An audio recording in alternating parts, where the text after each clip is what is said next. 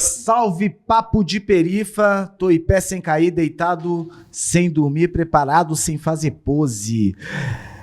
Voando baixo, beirando o teto, daquele jeitão. Espaço novo, estúdio novo, papo de perifa 2026, time de peso. Escalei time de peso.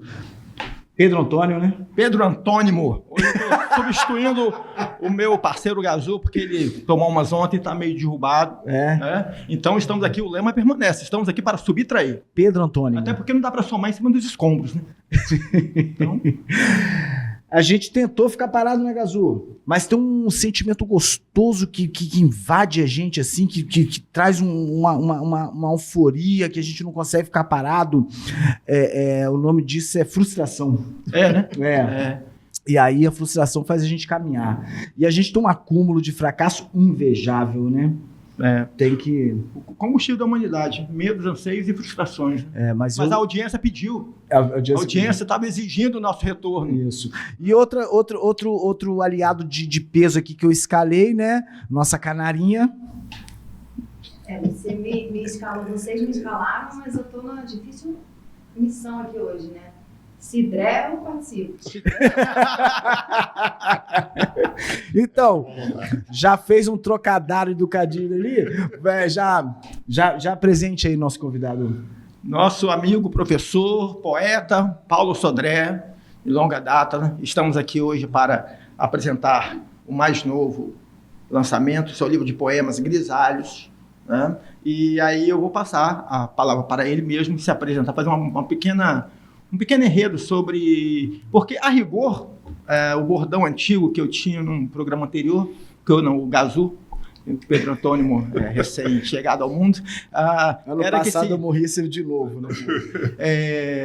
Poeta, ninguém nasce poeta, né? Porque precisa de, no mínimo, um certo letramento. Então, como é que foi que isso foi deflagrado? Bom, de tudo isso que você falou, eu acho que fico só com poeta. Professor já não mais, 4 anos que deixei lá a atividade e estou poeta, não sei se sou, né, aquela história de... Eu gosto muito de estar nas coisas e não achei que fosse produzir esse livro, né, esse último. Estava mais ou menos adormecido o meu poeta, mas estava lidando com outras narrativas para crianças, né? O John estava falando disso, né? Da experiência de escrever textos para criança. Tenho gostado muito. Mas dei um estalo, reuni vários poemas, né? Desde os 45, 50 anos. E como eu gosto muito de fazer textos a partir de um tema, o 60 mais, né? Me tornar um 60 mais, me levou à ideia de recolher esses poemas, em que eu sinto já desde um certo tempo, pelo menos desde os 45, o peso para algumas pessoas e a leveza da idade, né? Eu tenho curtido muito essa oscilação entre peso e leveza de ter 60 a mais. E, por atrevimento, recolhi esses poemas e mandei para uma editora, porque eu não queria mais participar de cultura, editais e tal. Editais, digamos, públicos, de instituições públicas, como é o caso da Secult. E vi o edital da Urutau. Eu gosto muito do nome dessa editora, Urutau. E, por atrevimento mesmo, mandei para lá, não esperando muita coisa. E aí acabou virando esse livrinho aí, sobre um tema, apesar da capa ser florida, bastante espinhoso, né? Para algumas pessoas ainda. E talvez para mim ainda, um pouco bastante espinhoso. Essa questão do atrevimento, isso vai render muita coisa, porque realmente é a palavra-chave aqui, né? Sim. Uma das. Mas eu queria fazer jus ao papo de perifa e buscar um pouco a infância, porque você periférico, você é autolágio, né? Você, E aí? como é que é? Você é cria da onde? Você é cria da onde? Na verdade, eu nasci em Gurijica. Gurijica de dentro ou de fora? Área Nobre de Gurijica, né? Ali, era nobre ali? Eu não estou sabendo disso Área não. Nobre tem Gurijica. Porque na Marechal Campos ali, isso 60 e poucos, né? Então fiquei um bocado de tempo ali e depois fui para Autolage. E peguei a Autolage em Cariacica bastante no início.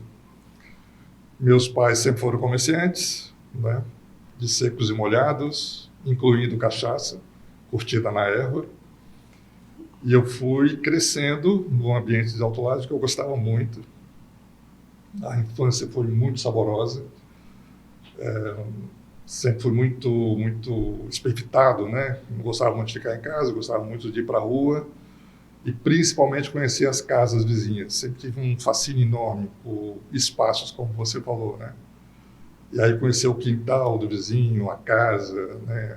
As famílias, como elas se comportavam e tal, sempre me atraiu muito. E talvez por isso a minha infância tenha sido muito legal lá em Autolage. E a formação, né? Foi toda lá no subúrbio, que me gerou assim, coisas muito interessantes, desde percepção, né, do contraste entre morar no subúrbio e depois, na adolescência, fui estudar em colégios particulares, né, como o Colégio Americano, por exemplo. Aí você sente a diferença grande dos comportamentos, né, de Autolage, por exemplo, de boa parte das pessoas, e o comportamento de urbanos, né, da capital, num colégio como o Colégio Batista de Vitória. Isso deu uma química boa para mim, né, porque ao mesmo tempo eu tinha, e tenho ainda, uma certa espontaneidade que eu ganhei, né, sendo um moleque bastante solto nas ruas e tal, e ao mesmo tempo a necessidade de contenção, né, por conta da educação, do colégio, e não só um colégio de uma capital, né, como Vitória, mas também um colégio batista. A minha família toda católica, era toda católica, até minha mãe se tornar batista, e aí uma divisão na família. E aí eu tive que conviver tanto com evangélicos como com católicos. E depois minha irmã se casou com um kardecista.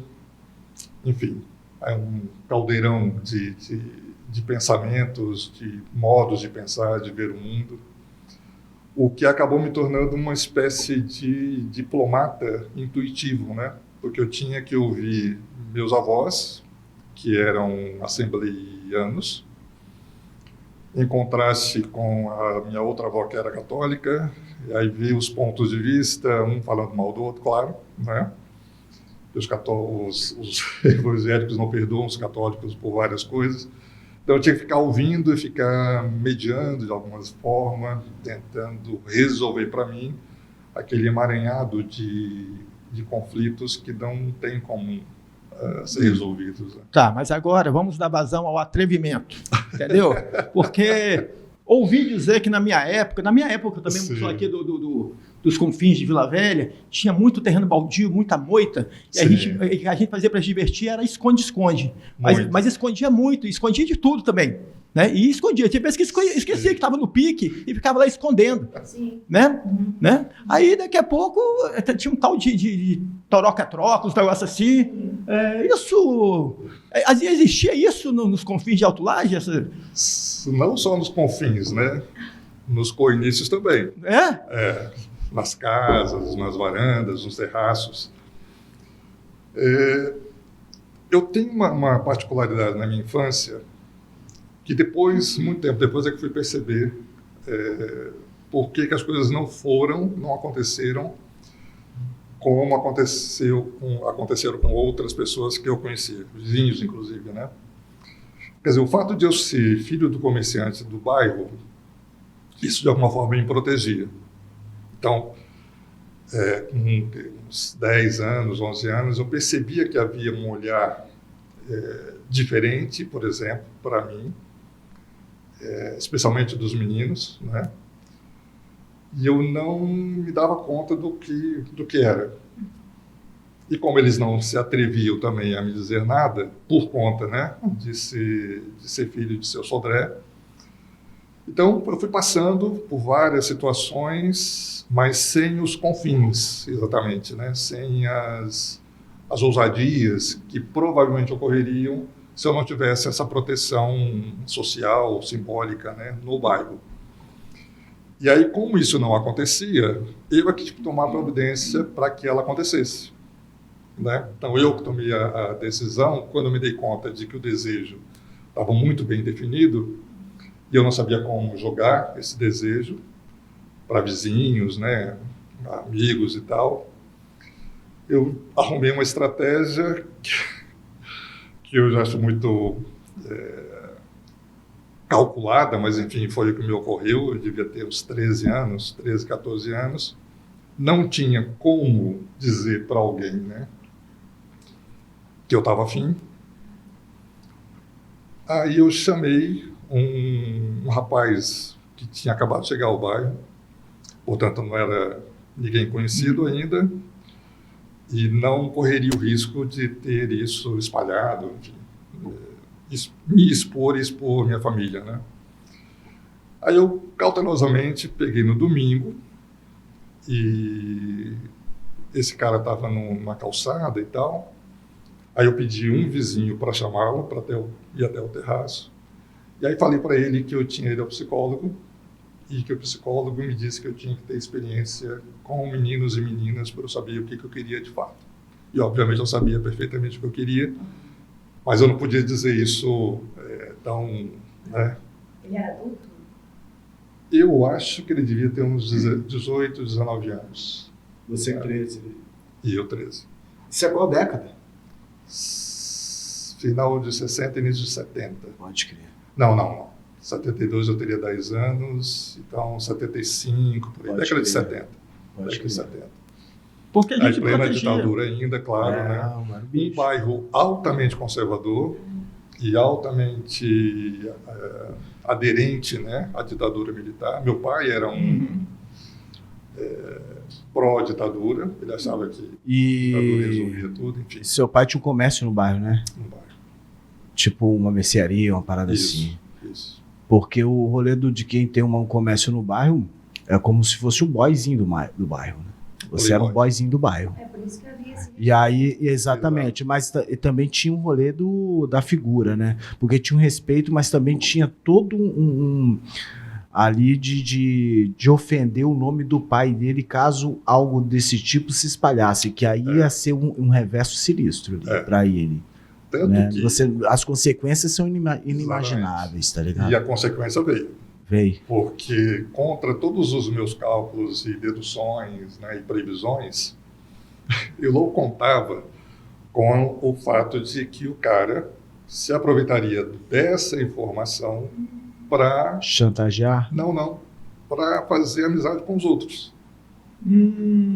Porque ele estava chegando no bairro. E os outros, né, ele queria fazer amizade com os outros, etc. Imagina chegar para um bando, né, de garotas e dizer, olha, peguei. Pode crer.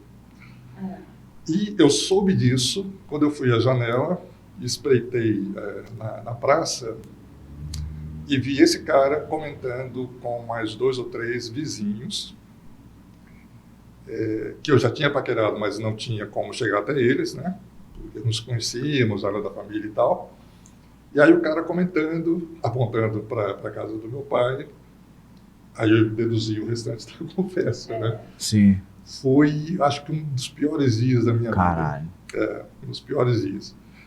Mas, por outro lado, foi muito bom porque eu poderia arrumar uma namorada, né? Poderia, enfim, na prática, dizer o que o cara estava espalhando e fazê-lo de mentiroso, alguma coisa do tipo.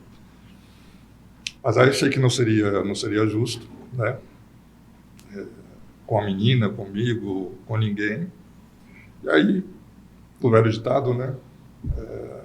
Fez a fama, deita na cama. E foi o que eu fiz, literalmente, né? Literalmente. Aí eu falei, bom, agora é contar com a sorte, né? Porque, ainda que todo mundo saiba, muito provavelmente ninguém vai chegar para os meus pais e dizer isso, né? Aí eu fiquei contando com essa alternativa. Mas rolou algum tipo de lixamento público? Pelo contrário, Não. para minha surpresa, Não, né? começaram a aparecer as propostas. Aumentou o cardápio, o leque. Puf, rapo. Isso. Por- Isso me deixou mal acostumado, inclusive. Me deixou Que mal acostumado. Porque eu já vi umas paradas na quebrada pesada, mano. Sim, Já. não, alguns amigos meus Já, pesado, passaram por essa. Porra, já vi umas paradas que eu vendo assim, velho, fiquei mal, mano. Eu acho que uma das do que faz eu ter uma visão assim diferente a respeito de homossexualidade, de qualquer coisa, pelo que eu já vi a galera da quebrada sofrendo, porque é pesado mesmo, meu. É. E não tem o Galo que falou esses dias esse lance do que ele usou o termo viado, né? Ah, porque na quebrada ninguém quer esse papo de viado não, mano, conversar de viado. E a galera falou assim, pô, mas tá sendo homofóbico. Não, mano, é porque é assim mesmo. Na quebrada é assim mesmo, velho. Não tem esse papo não, velho. É pesado pra caralho. E não é, né? Porque, assim, essas sutilezas que o Sodré conta, assim, também soube a respeito, que normalmente na hora porque normalmente acontecia, era uma descoberta da sexualidade que acontecia entre meninos. Era muita lutinha, muita pegação, ficar medindo tamanho pra cá, tamanho pra lá, né? Era uma festança. E de vez em quando aparecia um adúltero no meio, né? Querendo brigar também. Aí não, você não. Não. Você quer medir? Não, senhor. Aí já descartava a coisa. Mas, assim, ao mesmo tempo, era muito velado, né? Porque era todo mundo machinho. Sim. E tinha aquelas questões, assim, que você tinha que saber com quem vai. Porque se fosse se o lado mais parrudinho, né? Que sempre quis moleque mais parrudinho, que tem a liderança do grupo, ele queria ir primeiro. Aí, na sua vez, ele falou assim, cansei de brincar. Aí como é que o outro cidadão saía correndo atrás e gritando, não! Sim, é mesmo, sim, né? sim. Aí tinha que engolir o orgulho, Sim. né? Aí pensar, miserável, doido de barriga, Pedro- dá uma vez Pedro- só, vai ter que voltar, não é verdade? Ô Dani, Pedro Antônimo tem uma propriedade, né? Pedro Antônio, mano. Ele fala com a propriedade, você reparou que ele... Os detalhes, né? Reminiscência. É que nem o biscoito daquele autor lá, É. o francês lá, como é que comeu um biscoito, ficava atrás, né? Reminiscências. Ah, do Proust. Né? Inclusive, eu li aqui a informação de orelha. Sim. Curioso esse rapaz, seria ele um homem sexual? Um orelhudo. Um orelhudo, né? Sim, Assim, sim, eu estava lendo aqui, né? Porque ele é entrão, né? Mas eu devo dizer que Deixa o aberto aqui pro livro povo ver. tem uma pérola e aí está justamente na orelha. Né? Esse rapaz que fez a orelha colocou uma pérola no livro. Você É uma sabe, pérola essa orelha. a sua narrativa é muito boa. Você é um contador de história muito bom. E muito educado, né? Eu sempre admirei como ele fala, né? De tudo que ele falou, o que mais me chamou a atenção não foi o atrevimento, não foi o choque, foi você com 13 anos ter a cautela e a pensar assim, poxa, eu não vou fazer isso com a menina porque é injustiça. Com 13 anos. Sim. E isso se perdura com você, né? Você é conhecido nas rádios corretores acadêmicos ali por esse menino de 13 anos que teve essa fala, né? A formação de caráter, né, sua. Foi a frase que mais me chamou a atenção. Como pensar numa menina, não ser egoísta, passando por tantos problemas internos, com tantas angústias, e ainda sobrar espaço para eu pensar nem no outro, na outra. Isso foi o que mais... Que seria o ponto mais frágil da história toda, né? Mas com 13 anos, você pensar isso... Todo mundo correria, né? Todo mundo ia pensar. Todo mundo fugia. Primeiro, vou salvar minha terra. E até mesmo o ponto de você chegar com 13 anos e falar assim, é isso mesmo. É isso mesmo. Porque era muito, muito nítido, John. Porra, mas hoje, cara, eu fico admirado com quem chega e fala, é isso mesmo.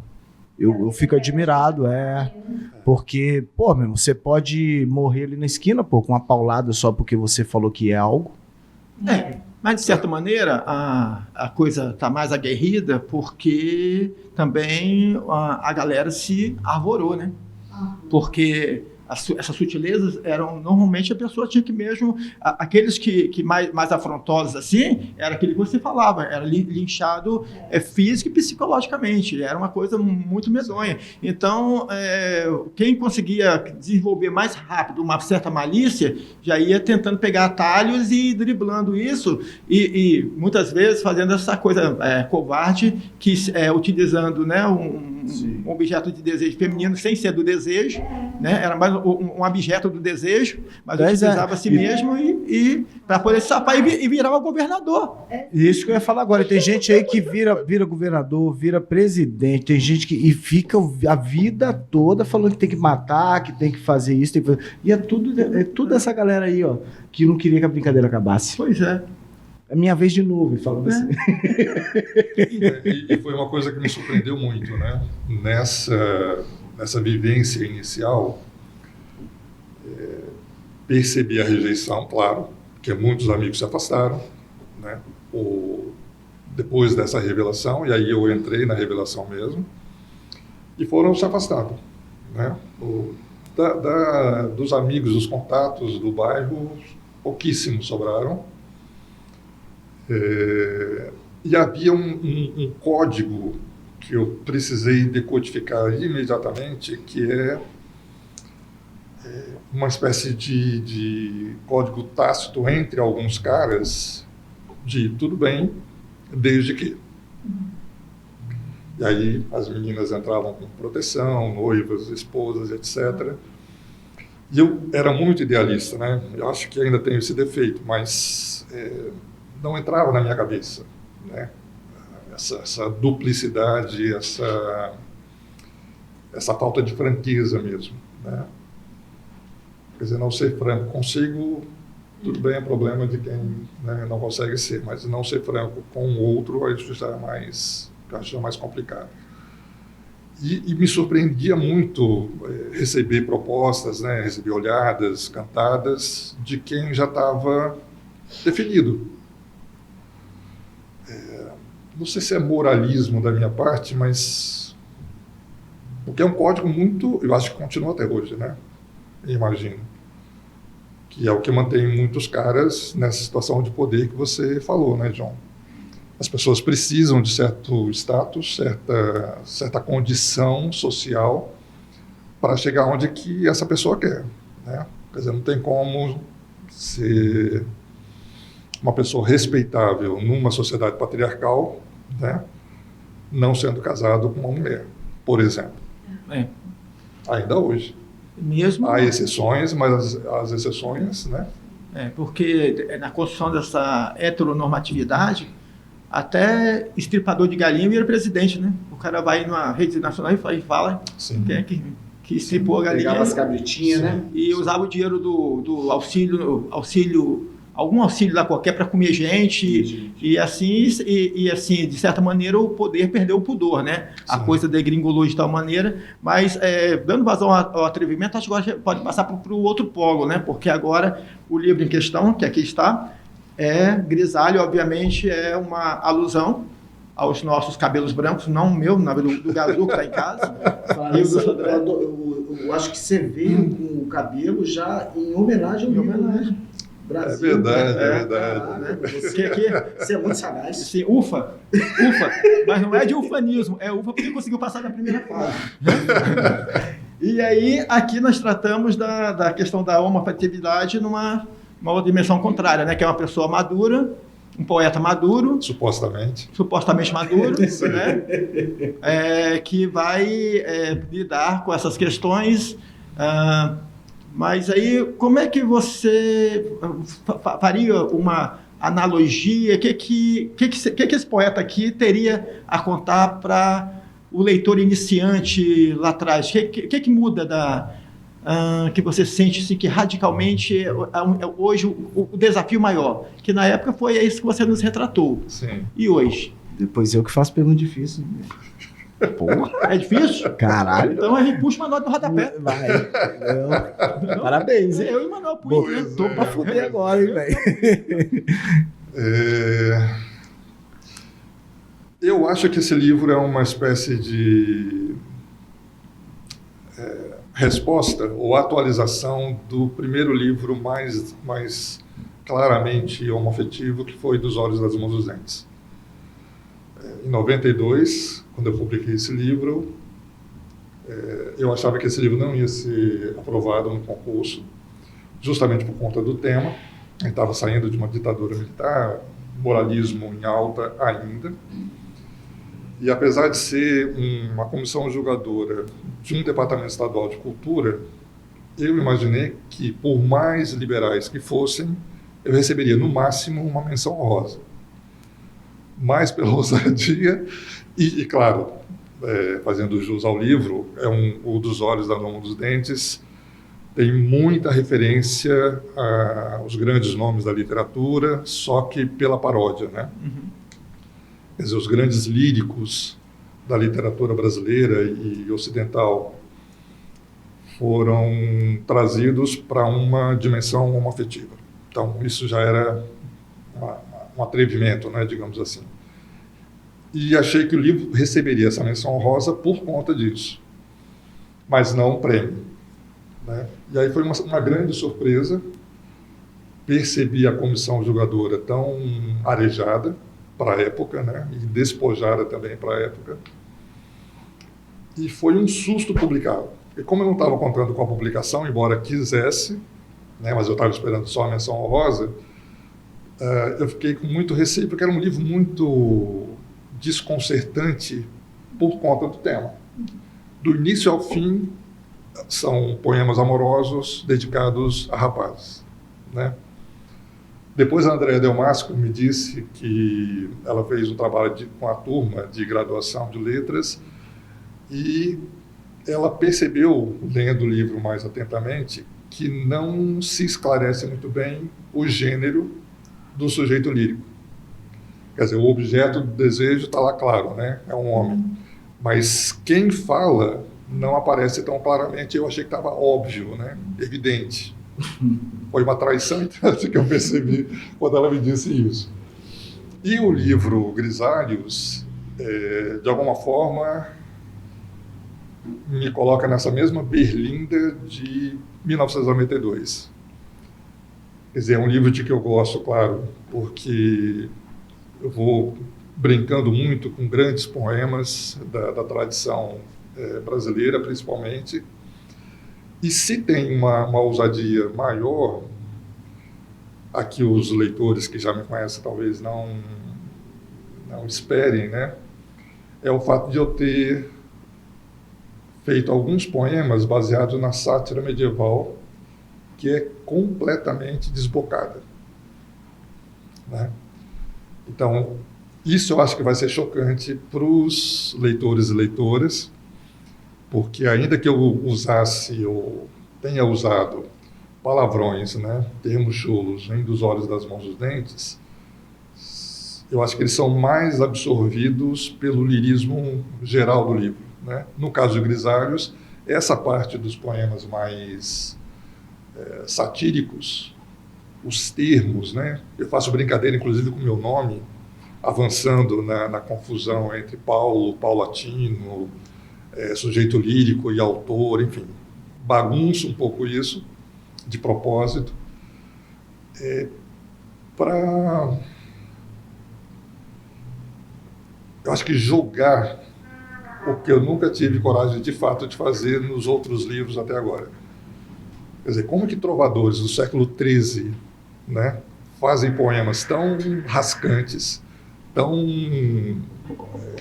completamente despudorados, e eu, em 2026, ainda fico com pudores de escrever poemas na mesma linha de trovadores do século XIII.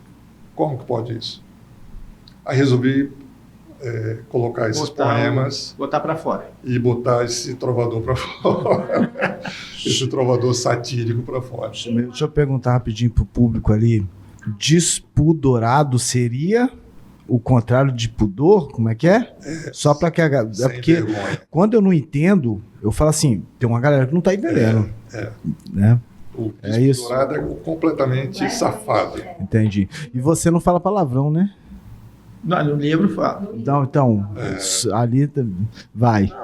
Não, porque ele trouxe trovador e você sabe, você dá umas dicas assim invisíveis para mim, sem eu, né, te conhecer intimamente, mas assim, quando você falou, eu tinha um desejo de ir nas casas dos meus vizinhos, a primeira palavra que eu falei assim, nossa, um trovadorzinho, né? De ir passando de casa em casa levando... Ah, sim, é verdade, é E verdade. aí você vem agora e fala... Quem cai é Neymar, pá, aqui, ó. Tá ligado, né? Nosso atacante aí, ó. Em vez de amarelinho, ó. É Neymar que cai, rapaz. Esse lance puxa um gancho, de certa maneira, né, para quebrar essa caretice que o pessoal fala bem assim, mas no meu tempo não era assim. Era assim, você também tem... você também andou brincando de pique, esconde, tá? Não quer dizer. E remontando a isso, né, eu acho que é o Zé Paulo Paes, que tem uma coletânea erótica grega, sim, tradução grega, né? Então, uma passagem interessantíssima que dois magistrados se encontram e um fala para o outro assim, rapaz, ó, não estou gostando da sua atitude não, hein? Que foi? Não estou gostando, claro que é uma paráfrase, né? Não estou gostando da sua atitude, não. Como é que você vai no ginásio e não canta meu menino? Não é verdade? Isso, lá na sátira romana também. Muita coisa, né? O Raimundo que o diga, né? Que ele tem um livraço a respeito. E assim, e mais recente, a música popular brasileira tem muita coisa de duplo sentido, que agora o pessoal acha que é o funk, né? Que o funk é o bode expiatório, o funk e coisas periféricas, como se quem está realmente no Congresso Nacional é o que é, porque escutou muito funk na infância. O resto não é, não. O problema é esse. É isso agora. Você quer dizer isso, né? Exato. E aí, retomando o livro, você não fez a analogia com o primeiro, mas assim, quais os desafios de um amor grisalho? Diferente dos desafios que eram o não grisalho. Ritmo. É o quê? Ritmo. Ritmo? É outro ritmo. Quer dizer, o que é diário, né, aos 20, 30, passa a ser semanal, quinzenal, mensal, às vezes. Vou parodiar então o Zé Cavaleiro para ser mais atrevido ainda. Tem mais amor na sauna que no cinema americano? Eita. Deixa eu pensar. Acho que na sauna tem mais. Tem mais, né? Tem mais. Você acha que se tivesse mais bingo e sauna, eles teriam não quebrado Brasília? Provavelmente. Provavelmente, né? Pois é. Pois aí, presidente. Vamos botar sauna aí pro povo, né não? Claro. Voou? Tá voando? Eu tô aí, tô no esse bicho. Caralho. Qualquer hora eu te levo na sauna pra você compreender a mensagem. Mas... Diga. Não, por favor. Não, por favor. Nossa, eu tô disputando delicadeza com o Sodré. Não posso ganhar. Gente, o papo de perifa nunca teve tanto... Eu tô aqui pra manter o papo de perifa. Tem que falar uns caralho, tem que atravessar, porque senão fica uma delicadeza. É uma espécie de Meu Deus. Pois é. Essa delicadeza eu não tô mais acostumada no dia a dia. Eu convivo com vocês. Obrigado. Eu sou fraco pelo elogio. Trocadilheiros, né? Trocadilheiros de mão cheia. Eu não tô acostumada, mas eu queria puxar um pouco... porque você falou que está escrevendo também infantil, não para criança. Você escreve para várias infâncias, né? Bom, há vários autores que dizem, e autoras, né, que dizem que, na verdade, quando escrevem para criança, estão escrevendo para si mesma na época, né, na infância. O primeiro livro que eu escrevi para criança realmente foi um livro escrito para o menino, né, que eu fui, tentando explicar para ele que as coisas não são assim tão conservadoras e moralistas e tão definidas, né, como se quer. Como se chama o livro? Hominho. Então, e eu me baseei muito na canção do Gilberto Gil, Super-Homem, em que ele relativiza justamente o masculino e o feminino, dizendo que ambos são permeáveis, né? E no Hominho, de alguma maneira, eu coloco isso, né? E os outros livros que vieram já tento atingir outras crianças que foram, né, da minha infância, amigos.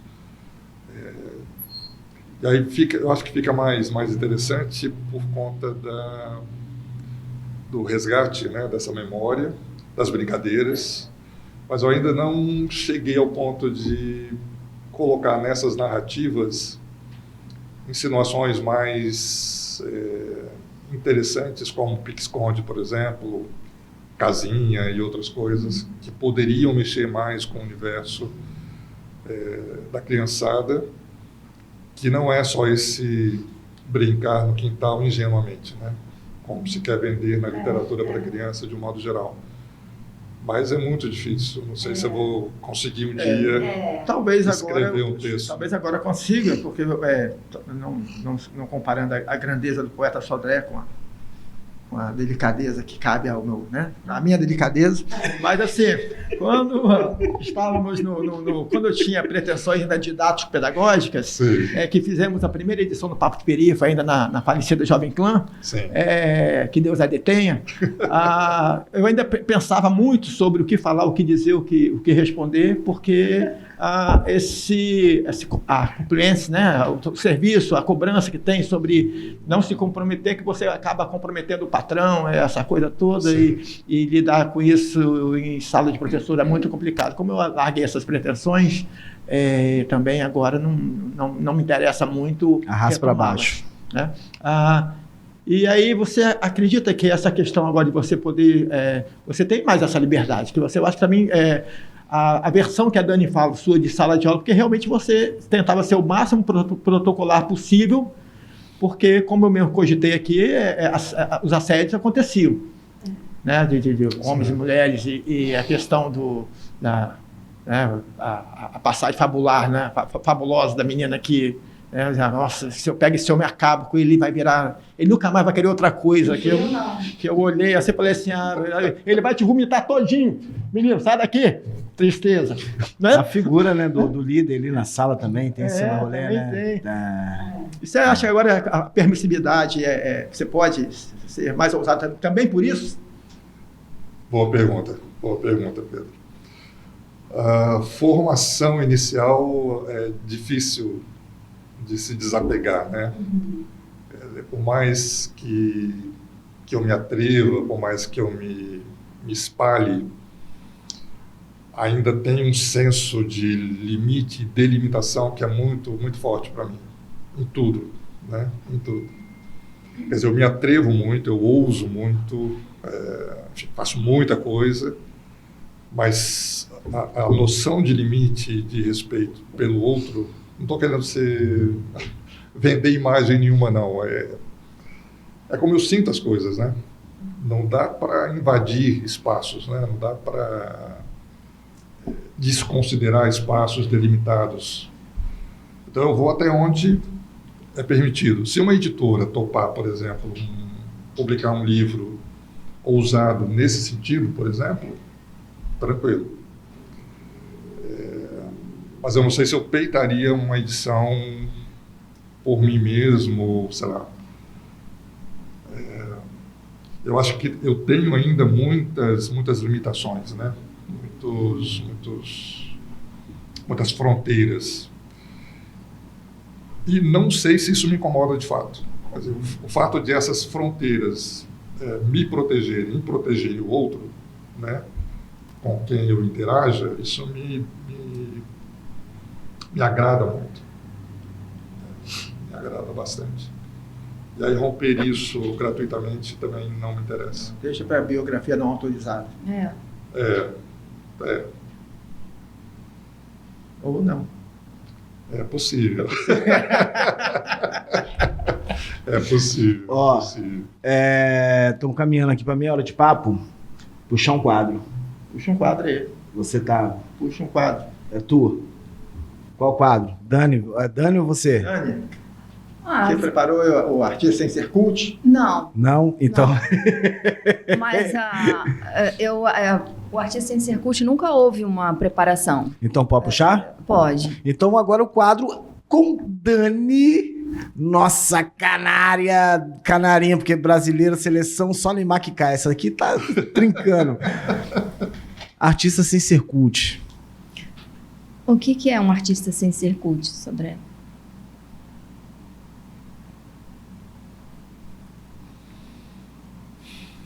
Depois eu que faço pergunta difícil. Eu queria perguntar uma coisa também.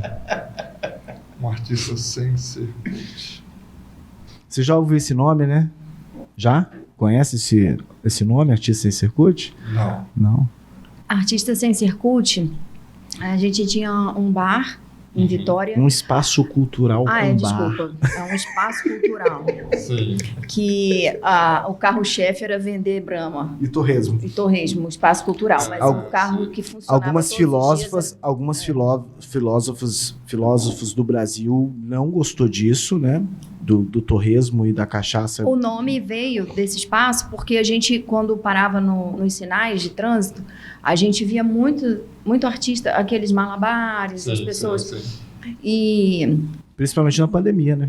na pandemia a gente via muito assim a galera tentando ali, né? Umas coisas. Mano, tinha um argentino, o nome veio desse argentino, inclusive, né? Que a gente sempre passava, mas tinha um argentino que fica, não sei se ele tá ali na Barra do Jucu, que ele tem aquela bola de vidro e ele adota, ele deve ter, na época ele tinha uns 5 cachorros. Ele era da rua e tinha uns 5 cachorros da rua. Mas depois eu descobri que ele tem uma casa assim, que ele pagava aluguel, acho que ele tinha 2 ou 3 filhas, cuidava muito bem das meninas, ele não tinha os dentes e tal, argentino. E o argentino era muito sagaz, né, Dani? Eu gostava muito dele. Tomava uma cerveja com ele depois que eu conheci, legal. Sim. Numa dessas, eu parei, abaixei, né, o vidro, falei, como é que você sobrevive e tal, tentando, né? Porque muita coisa é loucura também que a gente faz para sobreviver. Não sei nem se tem esse status de arte, eu não sei o que é arte. Mas ele falou, aí esse lance dos editais, o nome veio então para brincar, né? Artista sem ser cult, sem ser cult, que não tem. Ótimo trocadilho. É. Excelente trocadilho.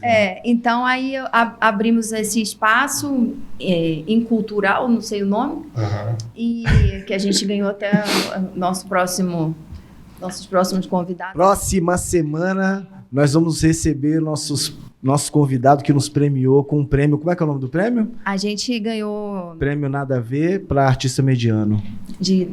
Prêmios de talentos medianos, né? É isso aí. Nosso cultural. Então, Isso assim, aí. E aí a gente marcou uma época no centro de Vitória, porque tem muito artista lá, né? Entendi. E aí agora eu retorno e passo para você. O que é um artista sem ser cult? É preciso ser filho de Nanã para ser... Eu tô brincando, vai. Não, o pior é que eu me dei conta de que boa parte dos livros que eu publiquei, eles vieram de editais e os penúltimos, secos. Então,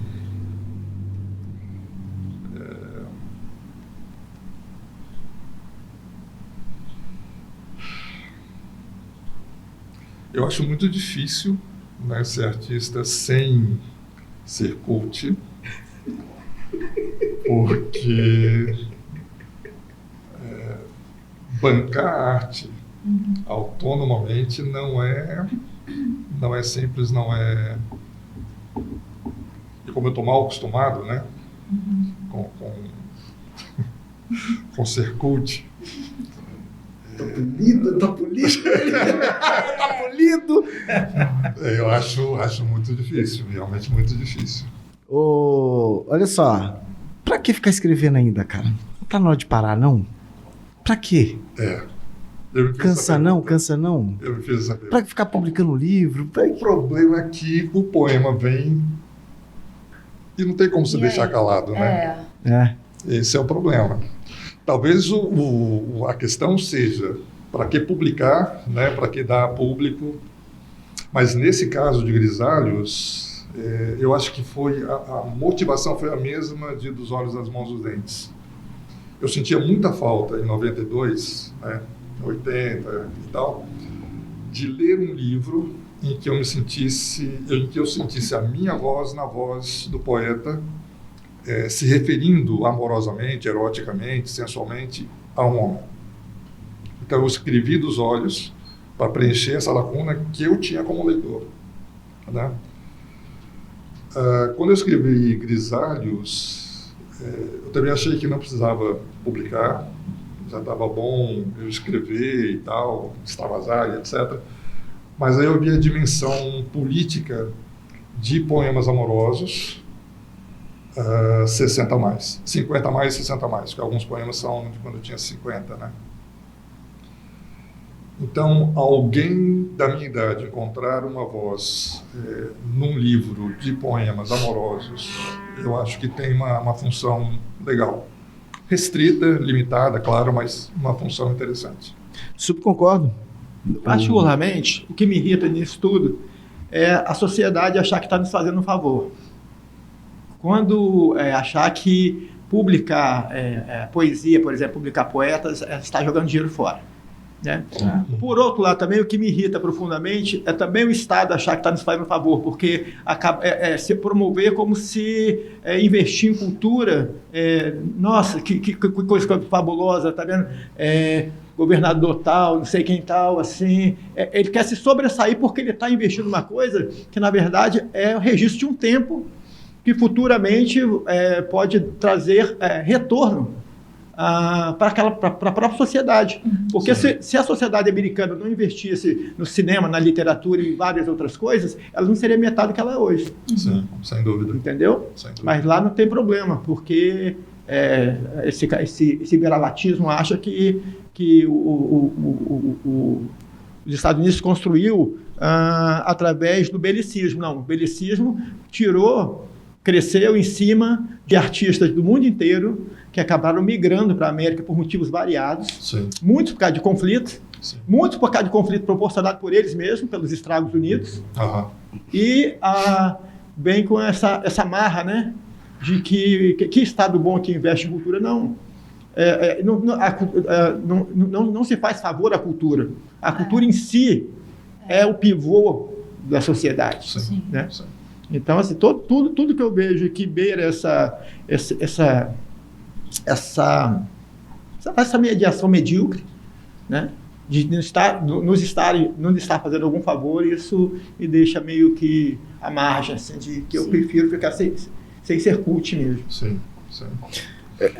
Eu acho que eu concordo plenamente com você, Pedro, mas eu fico pensando o que ficaria represado sem esse favorzinho que o Estado faz, né? Porque quer dizer, já tem bastante tempo que o Estado tem promovido esses editais, dos olhos, das mãos, dos dentes, por exemplo, em 92 foi o Estado que premiou e publicou, né? Eu sozinho não conseguiria publicar o livro de jeito nenhum. Editoras não havia na época, né?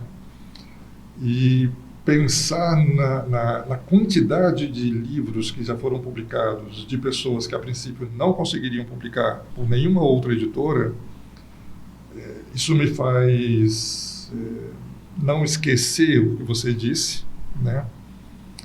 Mas aproveitar de alguma maneira esse benefício que o Estado tem obrigação de fazer, não com a intenção que ele faz, mas de subsidiar de alguma maneira, de patrocinar, de dar relevo, de dar visibilidade às pessoas que produzem cultura no Estado, né? Não estou aqui defendendo o Estado por isso, mas o benefício que esse favorzinho traz para quem produz cultura é imenso. Eu, ao mesmo tempo, né, baixou aqui um espírito ruim, que eu acabei falando sério. Né? Você vai recuar agora. O espírito de porco, né? Quando baixa o espírito de porco, a gente pode falar que a pessoa está possuindo? Pode, né? Mas como ele dizendo assim, Deve de ser. Nós não temos, a gente não tem escolha, né? A gente não tem escolha. Sim. Alternativos por falta de alternativa. Eu, por exemplo, eu gosto muito de fracassar no edital, cara. Eu fico ansiosamente esperando chegar os editais. Geralmente eles dão 2 semanas, a gente se mata e depois eles dão mais 2 semanas do último dia, nas 45 do segundo tempo, e fala, agora vamos dar mais uma prorrogada. E aí, ainda bem que dá prorrogada, porque aí eu tenho mais tempo para fracassar legal mesmo, porque aí eu me preparo bastante para não ser contemplado. E aí, isso para mim faz toda a diferença. Tem uma artista sem circuito, inclusive no Espírito Santo, que eu não sei como faz, mas dizem que ela é a maior vendedora de livro infantil hoje no estado do Espírito Santo. Ela criou a própria editora dela e ela publica os livros sem edital. Às vezes ela passa aí uns editalzinhos de 5 mil para lançar livro, não sei como que faz isso, mas é interessante, né? Ainda bem que tem essa ajudinha de não custo. Mas Dani tá aí. Continua aí, Dani. Sodré, o que você está lendo? Bom, eu estou lendo Wilson Coelho porque a gente está... Wilson Coelho daqui? Wilson. A gente está produzindo uma revista da UFES, né, a Neples, do Neples, voltado para a obra literária de Wilson Coelho. Então, estou lendo bastante livro dele. E eu dei um tempo de leitura, Dani, depois da aposentadoria, porque eu percebi que ler como eu fazia antes estava muito ligado à questão profissional. Sim, Né? sim. A obrigação profissional de ler, etc. E ainda que tivesse prazer, o aspecto profissional era muito forte. Né? Sim. A obrigação profissional. Aí eu estou dando uma recuada nessa leitura, né? Uhum. Muito intensa, para eu me afastar e voltar à leitura como eu fazia antes de ser professor. Entendi. Você deve estar lendo só uns 5 por mês, então, menos intensa. Por semana, né? É menos intensa, né? Mas assim, nós vamos ter que caminhar pro final. Eu tô aqui para estragar mesmo. E só se quiser uma perguntinha, apontamento final, vamos caminhar pro direcionamento do fim. Na medida do impossível. E aí? É isso mesmo? É isso mesmo. Ah, então já é. Só eu ia sugerir que ele, alguma obra que ele sugerir, que indicasse, leia o filme e assista ao livro. Boa. Se tiver alguém que você gosta aí, pode falar. Que alguma coisa que chamou a atenção. Bom, os sonetos de Wilber de Salgueiro são sempre recomendáveis. Espero que um dia eles virem filme, né? Roteiro de filme. Gosto muito. E recomendo muito. Eu pensei que você fosse falar. Espero que um dia você chame ele para vir aqui, porque eu ia... Uma boa ideia. Uma boa ideia. Sonetos de? São vários poemas de 50 ou 60 mais.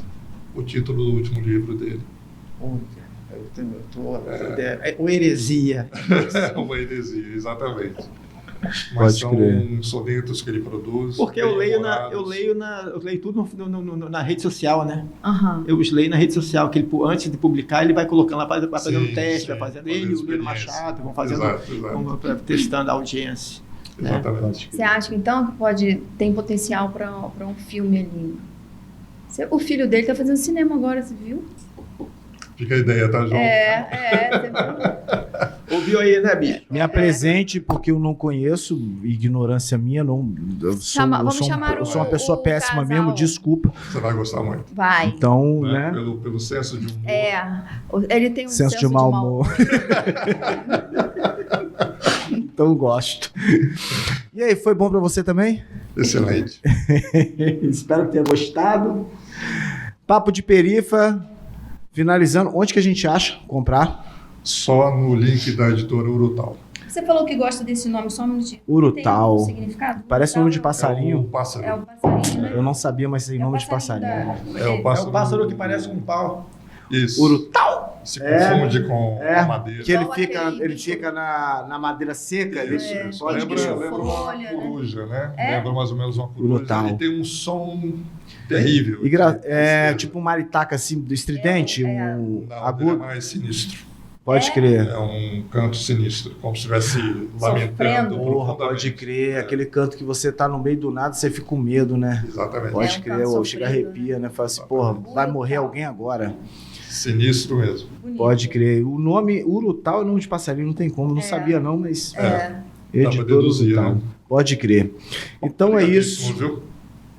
Nós que Obrigadíssimo. agradecemos. Porra, Mas é satisfação monstro. total te conhecer pessoalmente, trocar essa ideia com Sair do você. Instagram, né? Eu também, né, Pedro Antônio? Muito prazer. Porra, satisfação, cara. Pô, tá vendo? Não Entendeu? pode faltar, né? Eu quero uma foto. Não, vamos tirar uma Postar. foto que não vai sair em lugar nenhum, como diria a Bujanra, mas vai que alguém morre, né? A gente pode, né? Vai que alguém morre aí. A gente pode, Aparece. a gente pode monetizar, né? Pode monetizar. Lembra de Pedro Antônimo? Pois é. Aqui, minha última foto com ele. Aí bota um fundo de música, né? Triste. Qual música- Grisalhos. Ô, Gazu, qual a música que você gostaria pro seu velório? Oi? Meu velório? Canto do Urutau. Não, eu não posso responder porque eu não sou gazu. Ah, então tá, Pedro. Pedro Antônimo, Pedro. por favor. Agora Magoou. Corta aqui. Pedro, onde você vai, eu também vou. Diga. Boca de cozinha. Gente, ó, Grisalhos, Paulo Roberto Sodré, siga no Instagram. Gente finíssima, você trocar ideia lá, pá, ler, seguir, se ficar perdido. Papo de Perifa, segue lá também no Instagram. Lá no Papo de Perifa você vai conseguir achar o Pedro Gazu, vai conseguir achar a Dri, Galone, John Conceito.